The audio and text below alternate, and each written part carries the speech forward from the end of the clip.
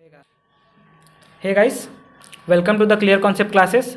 आज हम लोग अपना तीसरा लेक्चर बना रहे हैं जो कि वेरिएबल्स और उसके आगे कुछ छोटे बहुत प्रोग्राम्स होंगे।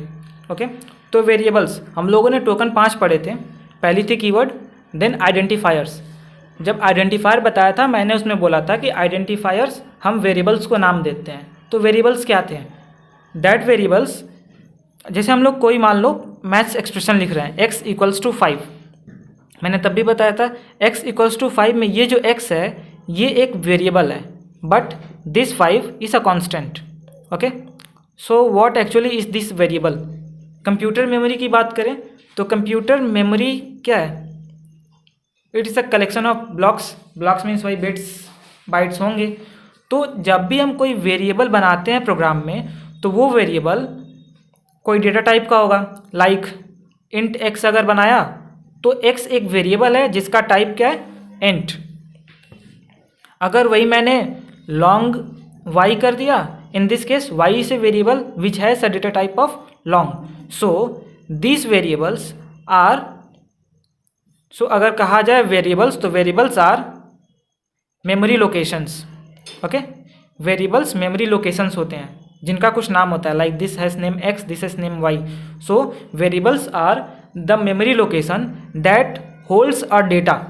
Okay, that holds a data, and that data कोई ऐसा वैसा टाइप नहीं, एक स्पेसिफिक टाइप का होगा। मीन्स अगर x की बात करें तो it will hold data only of type integer, y it will hold data of type long. Okay, so variables are the memory location that holds a data of a specific type.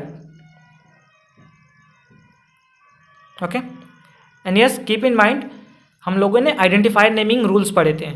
Identifier naming rules 4 या 5 थे, जो कि जो भी variable declare करेंगे या तो वो अल्फ़ाबेट्स होंगे, डिजिट्स होंगे, अंडरस्कोर होंगे, डॉलर साइन कैरेक्टर होंगे। सो वेरिएबल्स डिफाइन करते वक्त हमें वो ध्यान में रखना है। दूसरी चीज़ वो कीवर्ड्स नहीं थे। थर्ड पॉइंट कि वो डिजिट से स्टार्ट नहीं होनी चाहिए। और चौथी थी कि जावा केस सेंसिटिव होती है। ओके, तो हमें इन चारों चीज़ों को ध्यान में रखना होगा वेरिएबल्स को डिफाइन करते वक्त। ओके, सो जो मैंने ये लाइन लिखा था इंट x, ओके, इस लाइन से हमें क्या पता चल रहा है कि x वेरिएबल हम डिफाइन कर रहे हैं, x variable of type integer. Okay, तो हम लोग क्या करें, यहाँ डिफाइन कर रहे हैं, तो इस लाइन को हम कहते हैं डिक्लेरेशन ऑफ द वेरिएबल। इस लाइन को हम कहेंगे declaration of the variable. Okay, ये इंटीजर x में x एक वेरिएबल हम डिफाइन किए हैं जो कि मेमोरी में एक ब्लॉक ऑक्यूपाई करेगा। ठीक है, मेमोरी लोकेशन, एक मेमोरी लोकेशन को होल्ड करेगा जिसका एक स्पेसिफिक टाइप होगा, उसका टाइप इंटीजर होगा और इसका नाम होगा x। So variable is a named memory location, it has name x and it holds a data of specific type. Okay, अब मैंने इंट x लिखा, कभी x इक्वल्स टू 5 लिखेंगे तो ये जो पॉइंट था ये क्या था, ये डिक्लेयर कर रहा है, and this point it gives a value to x। So this is called initialisation. Okay, initialisation of the variable. तो वेरिएबल्स को डिफाइन करते वक्त आप लोग को दो चीज़ ध्यान रखनी है, डिक्लेरेशन एंड इनिशियलाइजेशन। डिक्लेरेशन में सिर्फ हम वेरिएबल को डिक्लेयर करेंगे उसकी डेटा टाइप के साथ, एंड इनिशियलाइज में उसकी हम वैल्यूज़ देते हैं। ओके, तो चलिए बहुत बात कर ली हमने वेरिएबल डेटा टाइप के बारे में। अब एक सिंपल सा एक हेलो प्रोग्राम बना लेते हैं जो हेलो वर्ल्ड के लिए होगा। ओके, सो जब भी हम लोग कोई भी जावा में प्रोग्राम करेंगे तो सबसे पहली लाइन होती है class and class name. Okay, this, यहाँ से हम प्रोग्राम स्टार्ट करेंगे। जब भी प्रोग्राम स्टार्ट करेंगे हमें ये क्लास कीवर्ड लिखना पड़ेगा, और ये लिखते वक्त keep in mind C is small letter, C small letter में होगा। देन क्लास नेम, इसका कोई भी कन्वेंशन नहीं है कि कैपिटल हो या स्मॉल हो, बट हम लोग फॉलो करते हैं कि हमेशा जब भी क्लास का नाम लिखेंगे तो that should be in capital letter. Okay, next public void main. किसी भी प्रोग्राम में ये चीज़ पहले class name and then the main function, हम ये दोनों चीज़ उसमें डिफाइन करते हैं। एंड देन हम सिर्फ ये प्रोग्राम कर रहे हैं यूज़र को हेलो प्रिंट करने के लिए। ओके, मान लो हम हेलो वर्ल्ड के लिए कर रहे हैं, तो कुछ भी चीज़ अगर यूज़र को प्रिंट करना होता है, इस केस में हम जो स्टेटमेंट लिखते हैं वो होता है system dot out dot println. Okay, इससे कंसोल पे प्रिंट होता है, और जो भी चीज़ें हमें यूज़र को प्रिंट करके देनी है उसे हम डबल इन्वर्टेड कॉमा के अंदर लिख देते हैं। मीन्स हमें अगर हेलो वर्ल्ड देना है तो यहाँ हम हेलो वर्ल्ड लिखेंगे and that's the end of the program. ये एक सिंपल फर्स्ट प्रोग्राम है जिससे ये जो system dot out dot println के अंदर है ये स्क्रीन पे प्रिंट होगा। सो ये पूरा प्रोग्राम हेलो वर्ल्ड ये आउटपुट स्क्रीन पे देगा हेलो वर्ल्ड। ओके, चलिए वो तो बेसिक प्रोग्राम था कि हेलो वर्ल्ड प्रिंट करना है। पहला हेलो वर्ल्ड तो हो गया। अब मान लो वो तो डायरेक्ट प्रिंट करना था, इसमें हमें एक प्रोग्राम बनाना है जिसमें आपका नाम और एज प्रिंट करेंगे वो वेरिएबल्स को यूज़ करके। ओके, तो अब हम इसका प्रोग्राम बनाते हैं। तो सबसे पहले क्लास लिखेंगे जिसमें class should be in small letter, then class name अपने हिसाब से अपने कुछ भी हम रख सकते हैं। हमने रखा हेलो, इसका भी हेलो रख लेते हैं। देन क्लास नेम के बाद मेन फंक्शन होता है जो कि पब्लिक वॉइड मेन से डिफाइन होता है। ओके, अब देखिए हमें प्रिंट करना है नाम और एज दोनों वेरिएबल्स को यूज़ करके। तो नाम के लिए हमें एक वेरिएबल यूज़ करते हैं जो होता है स्ट्रिंग। ओके, याद रखिएगा स्ट्रिंग में एस कैपिटल में होगा, स्ट्रिंग लिखेंगे। मैंने ऐसे लिखा स्ट्रिंग नेम, तो ये क्या है, एक नेम वेरिएबल डिफाइन कर रहा है जिसका टाइप स्ट्रिंग है। स्ट्रिंग इसलिए है क्योंकि नाम लेना था। ओके, नेक्स्ट जो है एज, तो एज हमने इंट एज में रख लिया। ओके, सो अब हमें क्या करना है, नाम और एज को इनपुट करना है। यूज़र को मान लो जो भी नाम है वो नाम यहाँ पे दे दिया। नेम में मैंने रख दिया राकेश एंड एज 21। ओके, सो देखिए वेरिएबल्स हमने क्या पढ़ा था, ये जो लाइन है ये वेरिएबल का डिक्लेरेशन है कि ये डिक्लेयर किया है कि देयर इज ए वेरिएबल जिसका नाम नेम है, टाइप स्ट्रिंग है। एज एक वेरिएबल है जिसका नाम एज है, that data type is int and this is the initialisation कि हमने उसमें वैल्यू दे दिया, नेम में दिया राकेश, एज में दिया 21। अब देखिए इसे प्रिंट करना होता है तो हम प्रिंट कैसे करते हैं कोई भी वेरिएबल्स को, तो मैंने बताया था कि जो भी हमें प्रिंट करनी है उसके लिए हम जो स्टेटमेंट लिखते हैं system dot out dot println.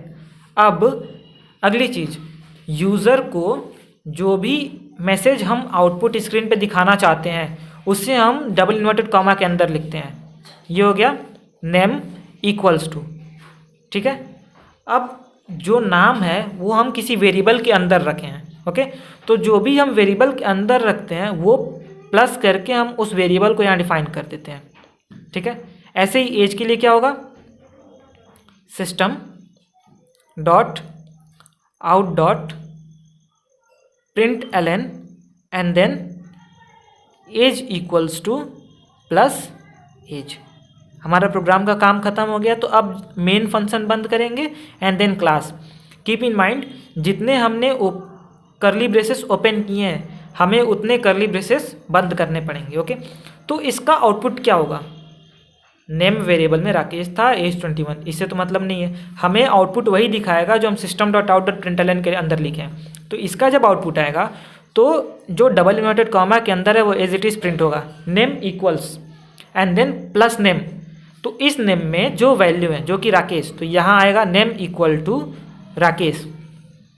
अब अगला system dot out dot println वो लिखा है एज इक्वल टू, तो यहाँ आएगा एज इक्वल टू और ये स्मॉल एज वाले में जो वैल्यू है वो 21 यहाँ प्रिंट होंगी। तो ये हमारे आउटपुट स्क्रीन पे आएंगी इस प्रोग्राम को रन करने के बाद। चलिए वो दो प्रोग्राम देख लिया, एक और प्रोग्राम देखते हैं, उसके बाद हम लोग दोबारा से थियरी पे आएंगे। कि मान लो हमें ये क्वेश्चन दिया, write a program to print the area of a rectangle of side 20 centimetre and 16 centimetre, ठीक है। तो इसके लिए प्रोग्राम करना है। तो जैसे हमने पिछले में स्टार्ट किया था, क्लास स्मॉल लेटर्स में area, then public void main. अब मेन के अंदर हमें पहले तो वेरिएबल्स डिफाइन करने पड़ेंगे कि दो साइड हैं रेक्टेंगल के, एक 20 सेंटीमीटर एक 16 सेंटीमीटर, तो 20 और 16 ये दोनों इंटीजर वैल्यूज़ हैं। तो हमने दो वेरिएबल डिक्लेयर किया, एक इंट साइड 1 और दूसरा कर दिया साइड 2। तो इस लाइन से साइड 1 एंड साइड 2 नाम के दो वेरिएबल्स डिक्लेयर हो गए जिनका टाइप इंट है। देन हम उसको इनिशियलाइज कर देते हैं। साइड 1 में हमने दिया 20, साइड 2 में हमने दे दिया 16। नाउ हमें एरिया कैलकुलेट करना है, तो साइड 1 और साइड 2 का एरिया कैलकुलेट करके जो वैल्यू आएगी उसे भी कहीं स्टोर करेंगे। तो उसके लिए हमने एक वेरिएबल डिफाइन कर दिया एरिया जिसका टाइप इंट है। और रेक्टेंगल का साइड क्या होता है, length into breadth, means side 1 into side 2। Calculation हो गया। अब हमें सिर्फ यूज़र को प्रिंट करके दे देना है। तो हम क्या करेंगे, system dot out dot println and then जो यूज़र को डिस्प्ले कराना चाहते हैं पहले वो लिख दें, area of rectangle equal to. अब इसकी वैल्यू कहाँ है, तो वो हमारे पास है एरिया नाम के वेरिएबल में, प्लस एरिया। ये लाइन इसके आगे कंटिन्यूएशन में है। एंड देन मेन फंक्शन हमने ख़त्म हो गया काम, मेन फंक्शन बंद किया एंड सेम वे में क्लास को भी बंद कर दिया। ओके, तो यहाँ से क्या होगा आउटपुट, ये देखते हैं। तो इसका जब आउटपुट आएगा, मान लीजिए कंप्यूटर स्क्रीन है, तो पहले ये सब होंगी, कैलकुलेट होंगी, और जो system dot out dot println के अंदर लिखा गया वो आउटपुट आएगा। तो इसमें जो आउटपुट प्रिंट होगा वो होगा area of rectangle equal to इसका प्रोडक्ट 20 इंटू 16 मीन्स 320, ये आएगा। और ये सारे एक लाइन में आएंगे क्योंकि ये एक लाइन में प्रिंटेड है।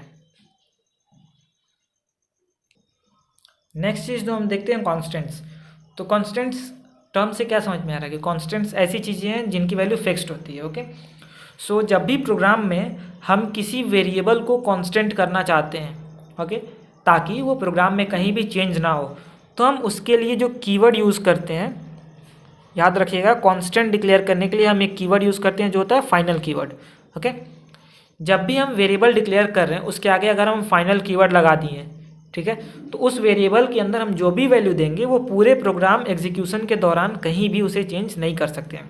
लाइक हमने मान लो कि पाई की वैल्यू को फाइनल करनी है। ओके, तो पाई की वैल्यू क्या होती है, 3.14 होती है। तो नॉर्मली हम लोग कैसे डिक्लेयर करेंगे, डबल पाई, ठीक है, और इसके अंदर हमने वैल्यू दे दिया 3.14। ऐसे करने पर ये तो कहीं भी अगर हम पाई की वैल्यू चेंज करना चाहें चेंज हो जाएगी, बट अगर हमने इसी के आगे ये फाइनल कीवर्ड ऐड कर दिया तो adding the final keyword before a variable declaration makes it's constant. मतलब कि ये जो है इसको हम अब इसके आगे कभी भी हम इसे चेंज नहीं कर सकते हैं।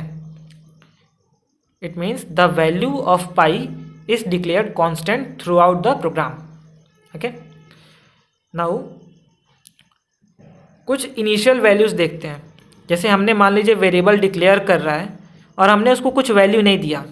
ओके, तो सम केसेस में उसे इनिशियल वैल्यूज़ मिल जाती हैं। जैसे जो हमारे पास डेटा टाइप्स थे 8, उनमें से क्या थी, बाइट, शॉर्ट, इंट और लॉन्ग। ये जो 4 हमारे पास थे ये चारों न्यूमेरिक डेटा टाइप्स थे जो कि इंटीजर्स के लिए यूज़ होते हैं। तो इन चारों के इनिशियल वैल्यू हमेशा 0 हो जाते हैं। मीन्स अगर हमने वेरिएबल को कुछ वैल्यू नहीं दिया है तो उस केस में उसको इनिशियल वैल्यूज़ मिल जाती हैं जो कि इंटीग्रल केस में 0 होती हैं। ओके, अगला जो था वो था फ्लोट एंड डबल।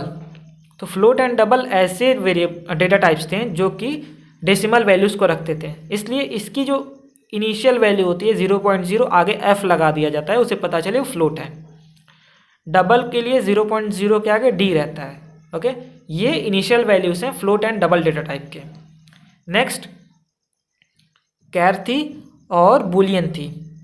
ओके, तो कैर की नल इनिशियल वैल्यू हमेशा नल होती है, उसमें कुछ नहीं होता है। एंड बुलियन है इसका इनिशियल वैल्यू ऑफ फॉल्स। ये 8 सारे डेटा टाइप के इनिशियल वैल्यूज होते हैं। चलिए, कॉन्स्टेंट्स और ये सारे तो हो गए। अब हमें मान लीजिए ये प्रोग्राम करना है। कि एक रेक्टेंगुलर पीस ऑफ लैंड है जिसका मेज़र है 0.7 किलोमीटर बाई 0.5 किलोमीटर। तो यहाँ से देखिए मेज़रमेंट दिया है 0.7 और 0.5, तो इसके लिए हमें दो वेरिएबल लेना पड़ेगा जो कि या तो फ्लोट या डबल ले लेंगे।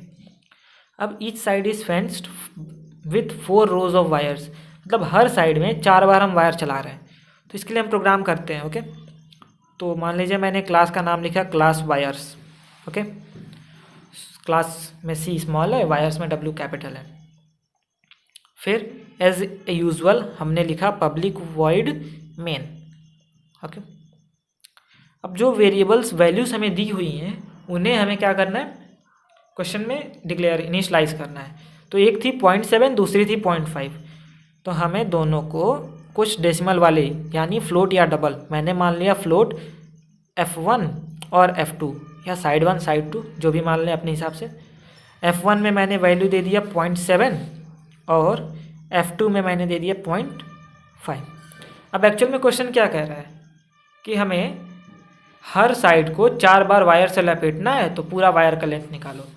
तो या तो हम ये काम कर सकते हैं, रेक्टेंगल, ये रेक्टेंगुलर एरिया है तो हम उसका पेरीमीटर निकाल के और उसको 4 से मल्टीप्लाई करते हैं।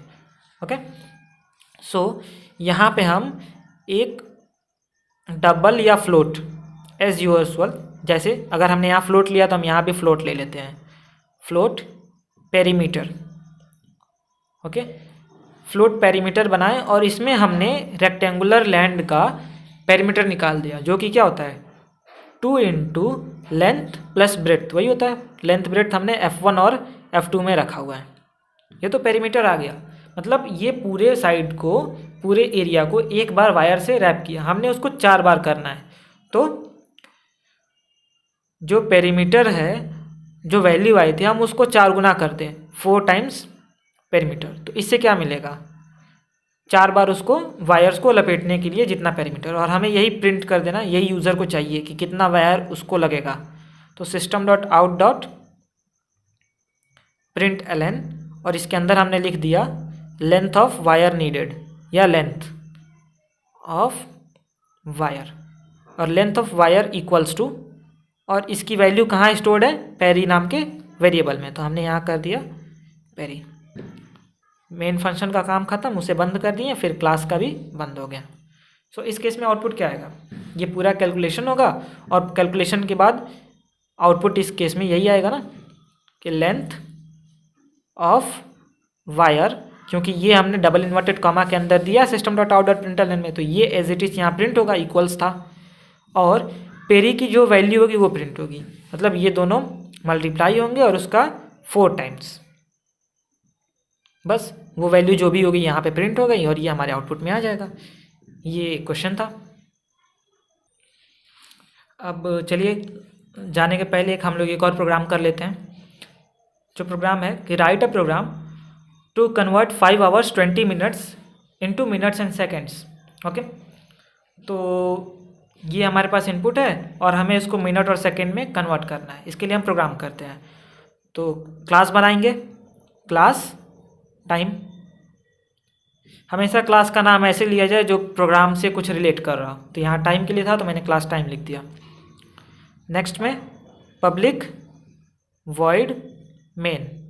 ओके, अब हमारे प्रोग्राम में 2 वैल्यूज़ दी हुई हैं, आवर्स की और मिनट्स की, तो हमें इसको स्टोर करने के लिए वेरिएबल्स चाहिए। मैंने उसको कर दिया इंट आवर्स, और कन्वर्ट क्या क्या करना है, मिनट्स में और सेकंड्स में। ठीक है, तो मैंने एक आवर का डिफ़ाइन किया, एक मिनट का और एक सेकंड्स का। ठीक है, अब ये बताइए आवर्स को हम 5 आवर स्टोर कर लेंगे, 20 मिनट्स जो दिया उसको भी तो हमें क्वेश्चन में स्टोर करना होगा ना कहीं ना कहीं, तो इसके लिए हमें 2 वेरिएबल्स लेने पड़ेंगे। तो या तो 2 वेरिएबल ना लें, जैसे दिया वैसे कर लें। क्वेश्चन में क्या क्या है, आवर्स की वैल्यू दी हुई है 5 में। ओके, देन मिनट्स की वैल्यू दी हुई है हमारे पास 20, ये सब हमने रख लिया। अब क्वेश्चन में बोला क्या है काम करने को, हम वो करते हैं कि हमें जो टाइम दिया हुआ है इसको हमें मिनट्स में कन्वर्ट करना है। ओके, और सेकंड्स में, तो चलिए हम मिनट यहाँ है ना, जो हमने यहाँ वेरिएबल डिफाइन किया है, यहाँ मिनट लिखा है तो हम यहाँ मिनट ही यूज़ करेंगे, कोई और वेरिएबल नहीं यूज़ करेंगे। ये मिनट दूसरा हो जाता, हमने किया यहाँ मिनट में पहले से कुछ वैल्यू है तो हमें उसको ऐड करना पड़ेगा, प्लस जो आवर है उसको मिनट में कन्वर्ट करना है।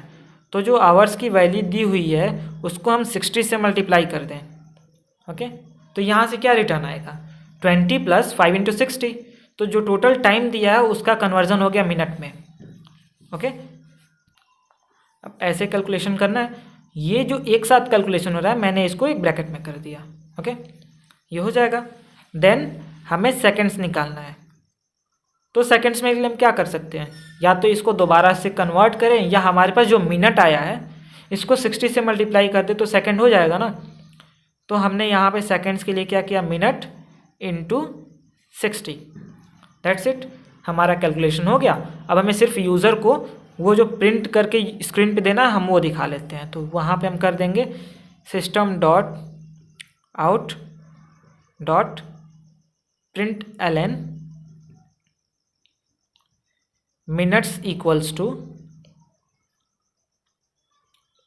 और ये किसमें स्टोर्ड है, मिनट नाम के वेरिएबल में।